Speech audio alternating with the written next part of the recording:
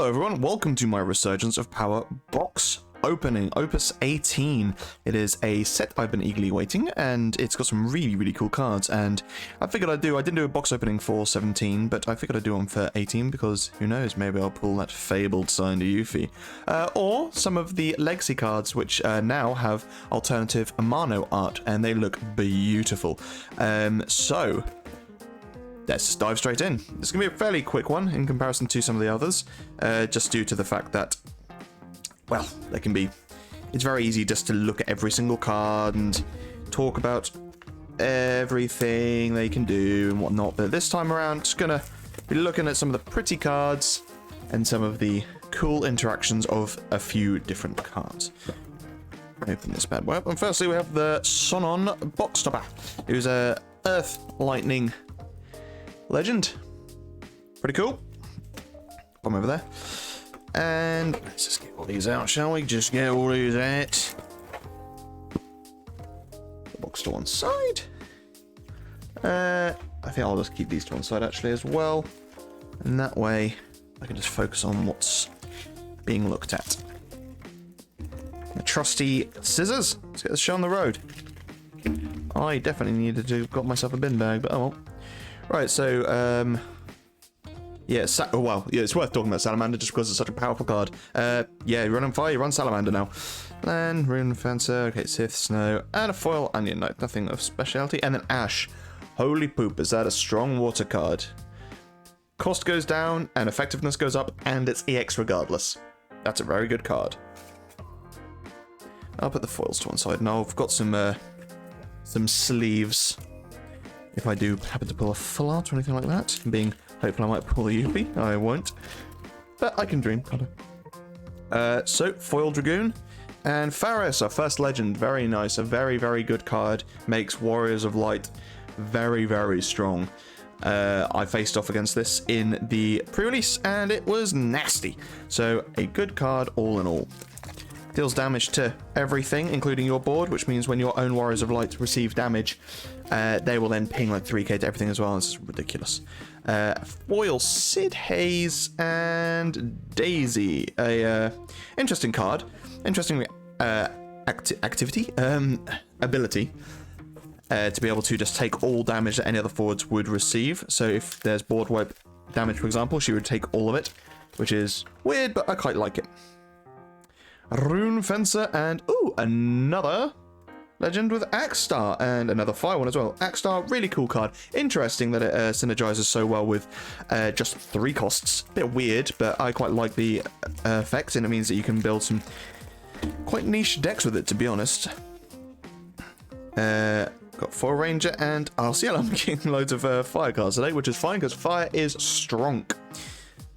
Yeah, RCL is pretty cool as well. Another card with a phase change effect, and those are always really good, especially in fire. Look at something like Luneth for an example. Foil Fang, bit of a poop card. And, oh, Galoof, another brilliant card. I'm getting some good hits today. These are really strong cards. Galoof, again, I faced off in the pre-release, and again, it was horrible. I absolutely hated it. It's a very strong card, can break stuff and buff himself very easily. And weirdly enough, even though it's in, if you know Final Fantasy V, he's one of the Warriors of Dawn that fights Exdeath. He synergizes really well with Exdeath. Right, we have a foil Ingrid and Garuda, a really cool card. A board wipe for lightning. When Garuda 3 enters the field, break all the forwards other than Garuda. I mean, we already kind of had a board wipe in lightning anyway.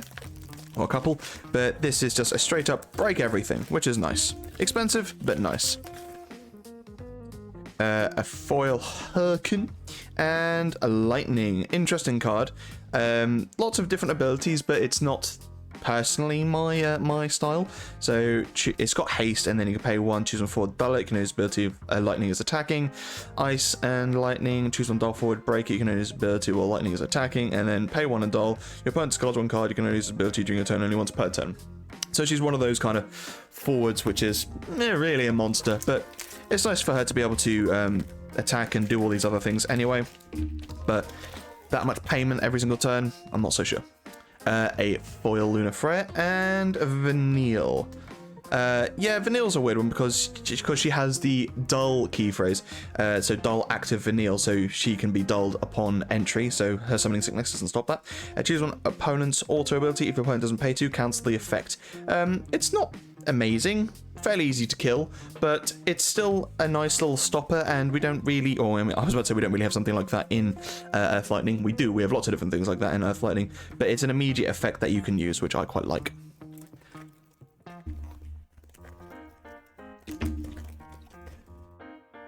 A foil Noctis. Well, that's quite funny because I got a foil Ardent in the pre-release, so now I have both. And Physalis. Physalis is a really cool card. Interesting ability to be able to discard one card, move top 2 cards in your deck, and then you can cast them anytime you could normally cast them this turn. You can only use this ability during a turn only once per turn, so it means that after that turn is finished, those cards are just removed. So, I don't know, maybe you want to use it to fund something like a X-Death, or just use it alongside Wind Ice, because that's going to be super strong. A foil Ramza. I mean, I love Final Fantasy Tactics, so it's nice to see another Ramza, and a potentially decent one as well.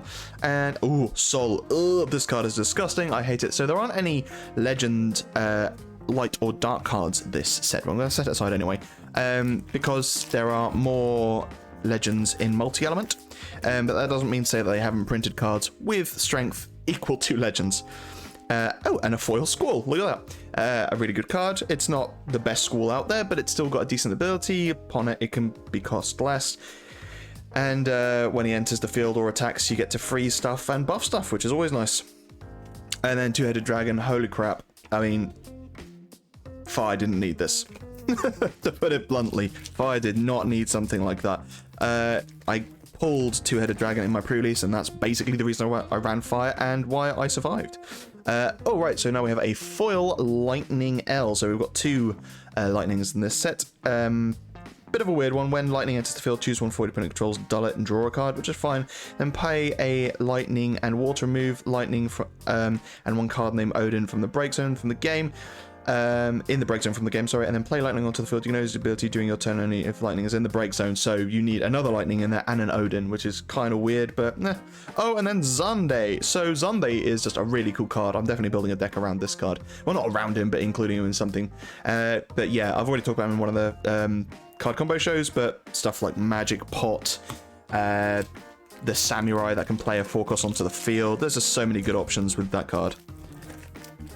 Oop, come here. Get off my foil Lightning. And a foil Walker and Ahriman. Ahriman's a really cool card just for an outright break in Earth. I really, really like that. Right, pile number 2. So we're a third of the way through. Come on, foil Yuffie. Poppy and Caius. Caius is another cool card because he can double the damage dealt to your opponent. So now if you party attack Caius, Archangel HM, and Jack, you can now deal 8 damage in one swing, which is pretty hilarious.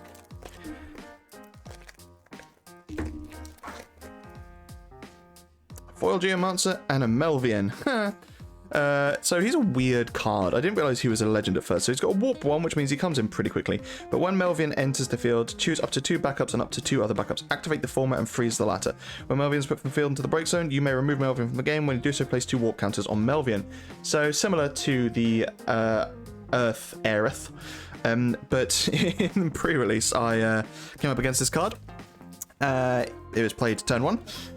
And then my turn 1 was to play Pain, which deals 10k damage to a multi-element, and if it's put from field to the break zone, remove from the game. So Melvian didn't trigger. Ooh, a foil Cypher. I do love me Cypher, Cypher, whatever you want to call him. I love Final Fantasy VIII, so always happy to see that. And then Echidna. I don't really like it that much. You can get a summon back to your hand, which I guess is nice in the right deck, and then you can discard a summon to make him a forward. Fine, I guess. Not the best monster out there, but it's not the worst either. A foil Two-Headed Dragon, that's a good monster. And a Tifa. This card is a pain in the arse, but still really, really good. You'll be able to tell which cards I came up against in pre-release because of the ones I begrudgingly like. A foil Lillicet, not really a good addition in Dancers unless you're kind of building around it, which you wouldn't anyway. And another Ultimisia. I say another because I have one already from my pre-release. It's a fun card. I think in the right style of deck, it could be interesting. Personally, I'd like to put it in some sort of control wind, so you get the reactivation, so you don't have to worry so much about the fact everything's costing you one additional, and then having some extra tax against your opponent so that they are paying even more than just Ultimasia's cost. A foil Theodore, really cool, and another Onion Knight.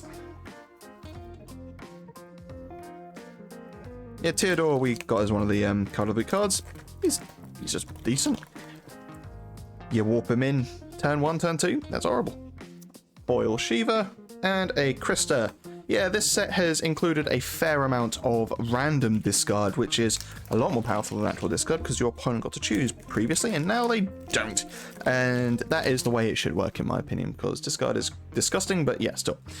A foil Leafkin, really cool card in my opinion. And a Bart. I like Barts a lot. I'm always a fan, again, of Final Fantasy V, but also of multi-job cards. So this being able to gain 3 jobs is pretty cool in my opinion.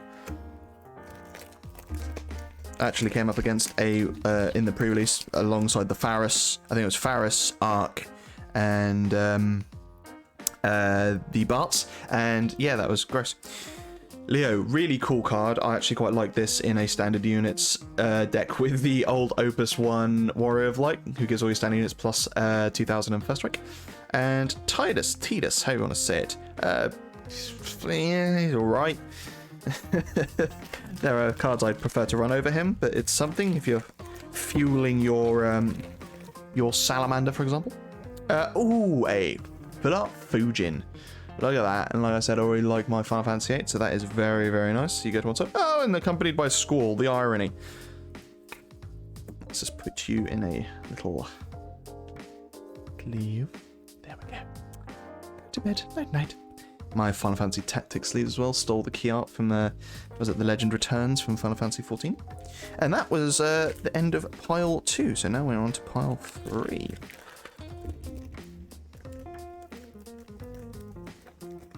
Speeding through these.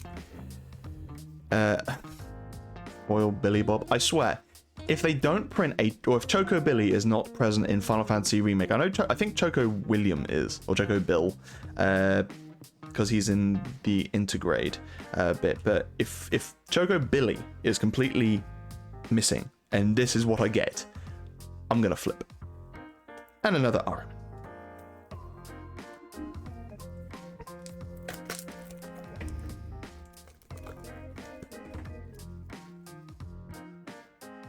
Foil Kuchespel, and another Tifa. Kuchespel is hilarious. I'm glad that they printed something like Kuchespel. At least they gave a warp counter in this set as well. Salamander, very, very good card. Sephiroth, very good card. So he's a back attack, which I always love. Ice Lightning. When he enters the field, choose one dull 40 opponent controls, break it. So great for when the opponent attacks, just play onto the field. And then when he attacks, select one of the two. Your opponent discards a card, or choose one forward, cost 2 less, break it. So he's a constant offensive as well. Really, really cool card. Getting a nice spread of legends so far. No duplicates. Had a few. I think the biggest duplicate we've maybe had is the Foil Squall and not. Oh, there's a Theodore and there's a Colcab. Yay, another Theodore.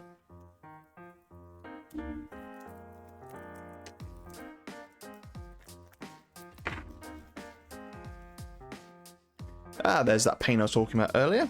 And Gilgamesh. Cool. I don't know how I feel about this card because he can break something upon entry and it will probably... Well, it's dependent on the amount of colors you have in your break zone. So you have to be in a multi-element deck for him to really be of value.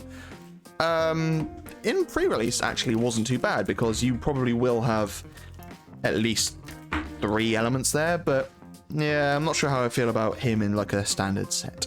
Standard deck even. Lulu and Elena. Cool, so we've hit every single light and dark card.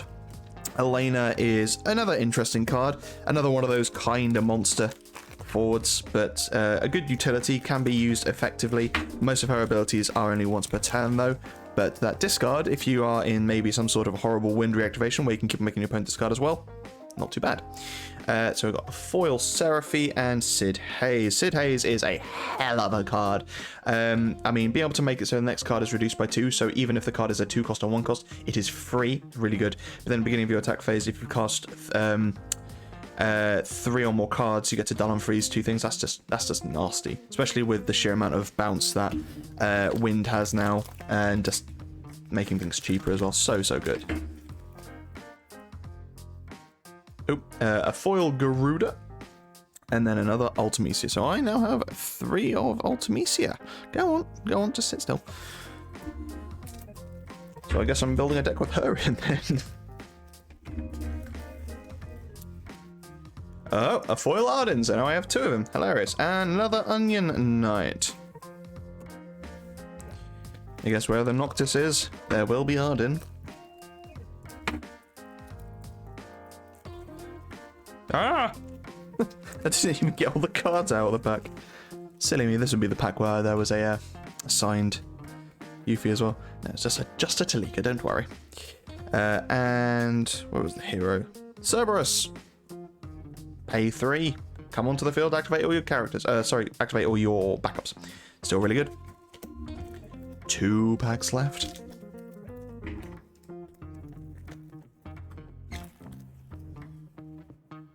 Foil Melusine and a non-foil Melusine, and then the last pack. Ooh. What am I gonna get? Please not crystal. Oh, a full art Seraphy. Not too bad. And another Echidna. Well, I got a full art Seraphy at least. I was about to say I've only got 1 full art, so that's kind of surprising, but yeah, a foil Seraphy, very, very pretty card, and a foil full art Fujin is also really nice. Yeah, so in total, I got a pretty decent split of legends. I mean, not the most legends I've ever seen in the set, but like I said before, they've taken out some of the light and dark ones as well anyway, so kind of feels alright because, again, Soul's really strong, Squall's pretty strong, Elena could be decent. Yeah, no duplicates really outside of the Theodore, foil Theodore. I might have missed one, to be fair, because I forget about some of the legends that don't look like legends especially. But overall, I think not too bad. Anyway, thank you so much for watching, guys. Stay safe, be lucky, and I'll see you in the next video.